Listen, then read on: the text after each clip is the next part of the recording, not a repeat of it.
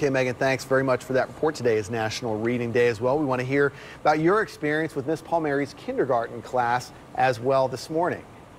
Oh my gosh, you guys, they were the cutest kids I've ever read to.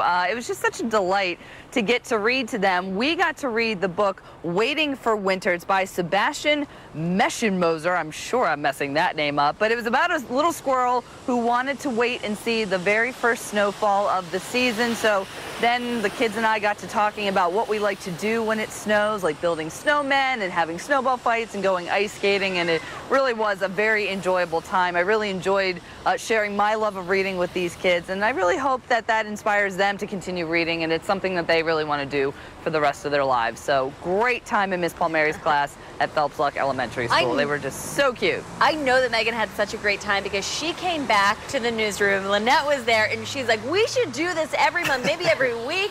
She wants us to go as often as we can out there. It was a lot of fun.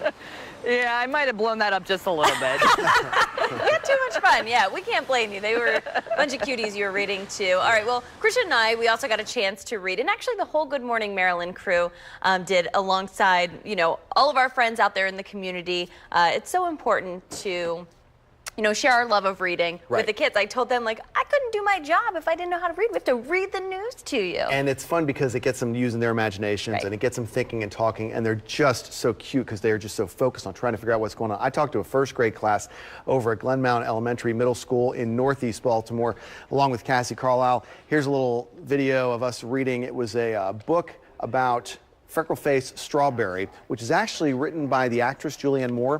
Put out this series of books for kids, and it was just, I mean, a little bit of bullying, a little bit about trying new things, just concepts that, look, I mean, look at these kids paying attention. I mean, they're, to me, of all people, you know, but it was fun, and they really were getting something out of it, I hope, because it was just a fun book reading with that class there in Northeast Baltimore. Lynette, she read to second graders at Timber Grove Elementary School in Pikesville.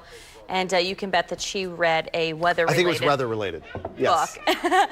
And then here I am. I read to students at St. Pius X School in Towson. We read If You Give a Mouse a Cookie. They loved it. They actually had read this book, I think, time and time again because they were able to read it with me without even looking at it. Well, that is the name of the campaign that they're doing, is If You Give a Child a Book. It's kind of based off that series of books, which is, you know, hugely popular. I'm not surprised they'd heard it. My daughter used to love that book, especially the part where they go Scotch tape.